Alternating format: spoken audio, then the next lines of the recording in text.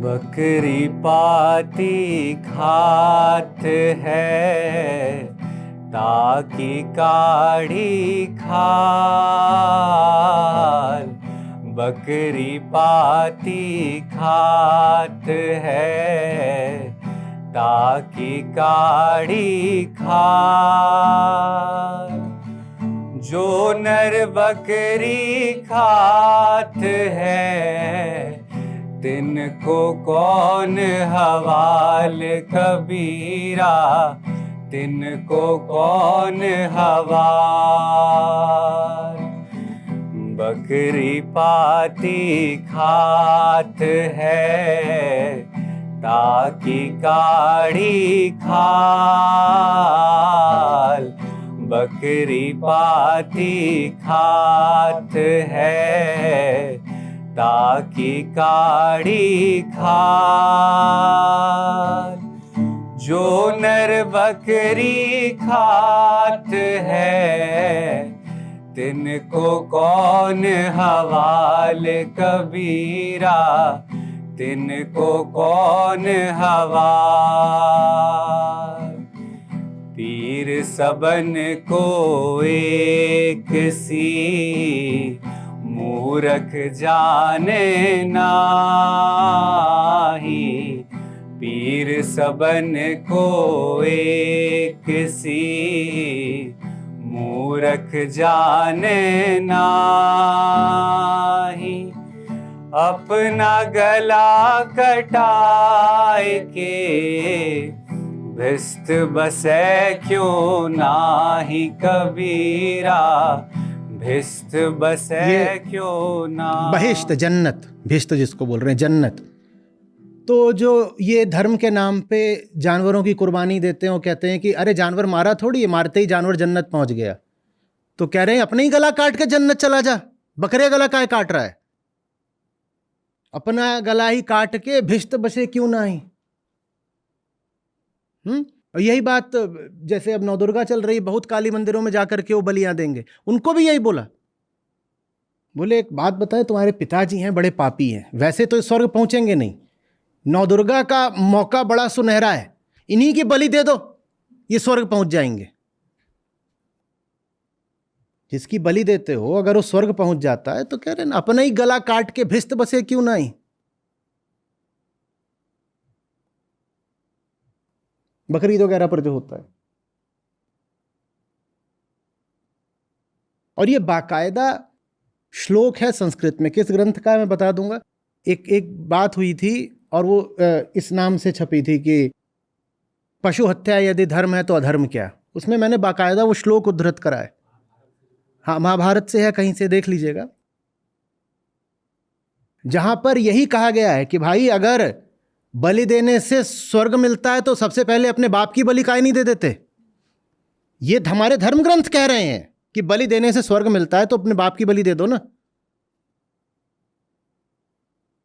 और अगर अपनी सबसे प्यारी चीज की कुर्बानी दी जाती है तो अपने बच्चे की कुर्बानी काहे नहीं देते थे। वो भेड़ और बकरी काहे काट रहे हो।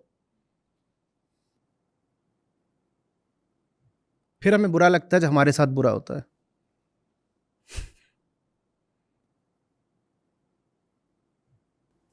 ये यजुर्वेद से है। न तो बकरी ऊंट आदि चौपाइयों को मारो और न ही पक्षियों आदि दो पैरों वालों को मारो। यजुर्वेद 1350। सामवेद, हे देवो हम हिंसा नहीं करते और न ही हम हिंसा वाला कोई धार्मिक अनुष्ठान करते हैं। तो ये बलि क्यों चढ़ा रहे हो तुम मां के सामने। यजुर्वेद, घोड़ों की हिंसा मत कर, भेड़ की हिंसा मत कर, दो पैर वाले जीवों की हिंसा मत कर, गाय की हिंसा मत कर, बकरे की हिंसा मत कर, अपितु रक्षा कर। रक्षा कर दोहरा के 2 बार, रक्षा कर, रक्षा कर। किसी की हिंसा मत करो, हिंसा को बिल्कुल छोड़ दो। यजुर्वेद।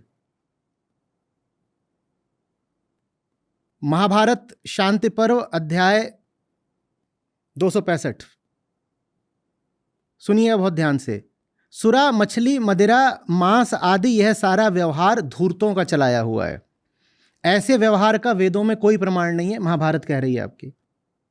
मान, मोह, लोभ और जिह्वा लोलुपता से यह मांस, मदिरा, मछली का व्यापार चल रहा है। इस व्यापार का धर्म से कोई संबंध नहीं है।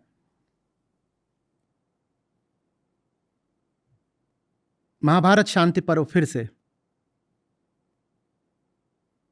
ब्राह्मणों का कर्तव्य है कि अहिंसा के अनुसार सूक्ष्म धर्मानुष्ठान करें। सभी धर्मों में अहिंसा ही श्रेष्ठ धर्म है। जो मनुष्य धार्मिक उद्देश्यों से पशु हत्या करके मांस खाते हैं, उनका धर्म किसी भी तरह प्रशंसनीय नहीं है। महाभारत शांति पर्व फिर से। जिस धर्म में पशुओं की हत्या होती हो वह श्रेष्ठ पुरुषों का धर्म नहीं है। महाभारत शांति पर्व। प्राणियों की हत्या से स्वर्ग मिलता हो तो फिर नरक कैसे मिलेगा युधिष्ठिर? युधिष्ठिर को संबोधित किया जा रहा है। अब इसमें आगे लिखा नहीं है कहां पर है, संभवतः भीष्म द्वारा। प्राणियों की हत्या से अगर स्वर्ग मिलता हो तो फिर नरक कैसे मिलेगा युधिष्ठिर?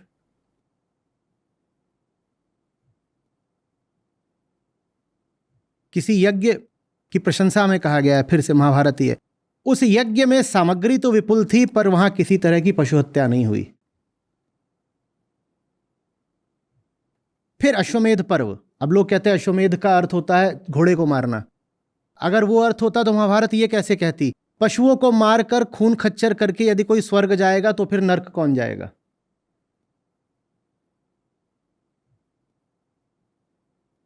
अब शक्ति के लिए आप पशु बलि देते हो। मां माने शक्ति, महामाया शक्ति। तो ये पद्म पुराण है और ये पद्म पुराण हमसे कह रहा है कि शक्ति शिव से कहती हैं, शक्ति कह रही हैं शिव से, जो लोग मेरी पूजा में प्राणियों का वध करते हैं उनकी पूजा अपवित्र है। जो लोग मेरी पूजा में प्राणियों का वध करते हैं उनकी पूजा अपवित्र है। ऐसी हिंसा से पतन ही होगा। हे शिव, तामसिक लोग ही ऐसा करते हैं। पशु हत्या करने वालों का करोड़ों कल्पों तक नरक में वास होता है। वास्तव में अभिमान युक्त कर्मकांडी वेद के मर्म को नहीं समझते। पशुओं की हत्या करने वाले पापी और मूर्ख हैं और नरक मात्र जाते हैं। ये भागवत पुराण। कोई ऋषि हैं जो राजा से कह रहे हैं, हे राजा, तेरे यज्ञ में इतने पशु निर्दयता पूर्वक मारे गए, वे तेरी क्रूरता को याद करते क्रोध में भरे तुझे काटने को तैयार बैठे हैं। ये कबीर साहब का भी कोई एक दोहा जिसमें वो कहते तूने उसको काटा, जाका गला तुम काटे हो सो फिर काट तुम्हार।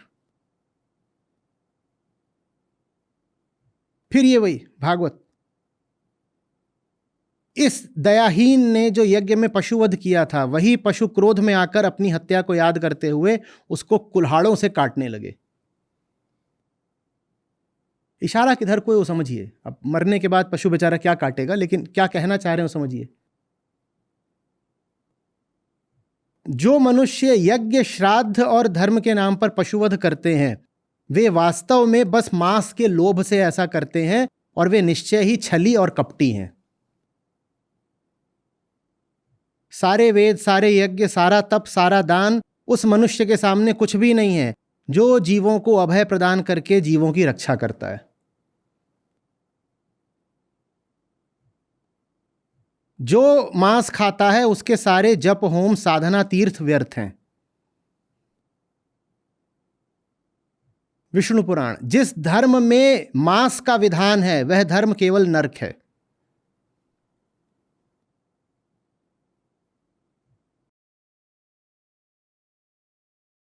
नमस्ते सर।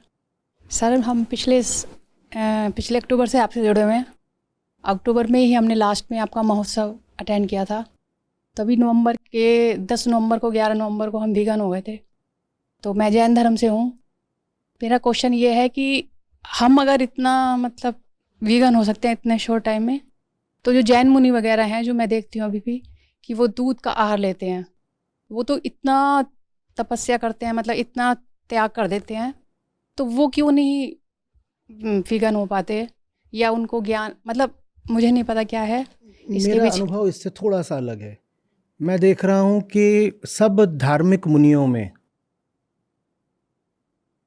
मैं विशेषकर बात कर रहा हूं हिंदुओं, बौद्धों और जैनों की, इन तीनों में सबसे ज़्यादा जो वीगन होने के प्रति झुक रहे हैं वो जैन मुनि ही हैं। मैं अभी नाम नहीं बता पाऊंगा, पर मैंने कईयों को देखा है, सुना है ये कहते हुए कि हाँ, जो ये वीगनिज्म है ये सीधे सीधे जैन मत है।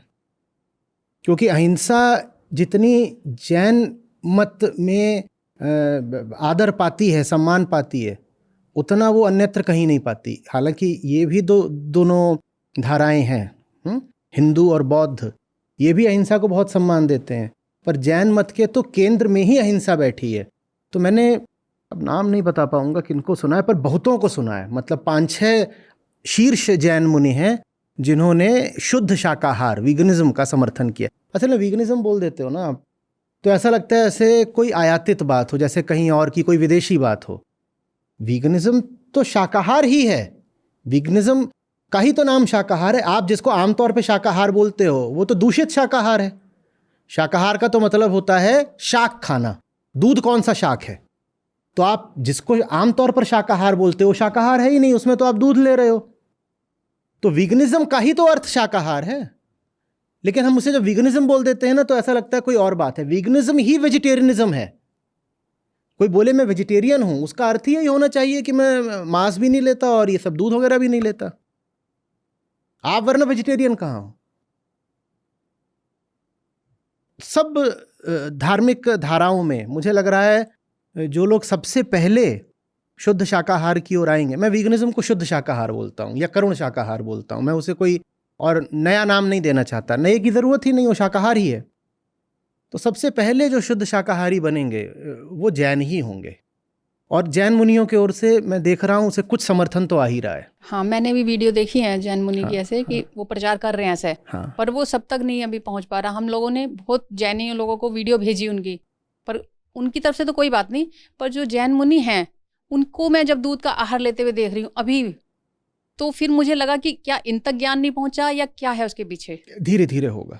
कुछ जैन मुनि आ ही गए हैं शुद्ध शाकाहार के समर्थन में, धीरे धीरे आएंगे। पुरानी आदत है ना इसकी, दूध घी, धीरे धीरे छूट जाएगी। मतलब मेरा एक और कुछ ये है कि वो इतना त्याग कर सकते हैं, तो उनके लिए वीगन मतलब दूध छोड़ना कोई इतना वो नहीं है। सबसे पहले वो ही करेंगे। जैन चित्त की विशेषता ये है कि बहुत त्यागी होता है। खास तौर पे जो जैनों में सचमुच धार्मिक लोग हैं, जो मुनि इत्यादि हैं, वो त्याग तो करते ही हैं। तो उनके लिए मुश्किल नहीं होगा जब वो अपने शरीर का इतना निर्मम होकर के त्याग कर सकते हैं, तो दूध वगैरह को तो आसानी से छोड़ देंगे।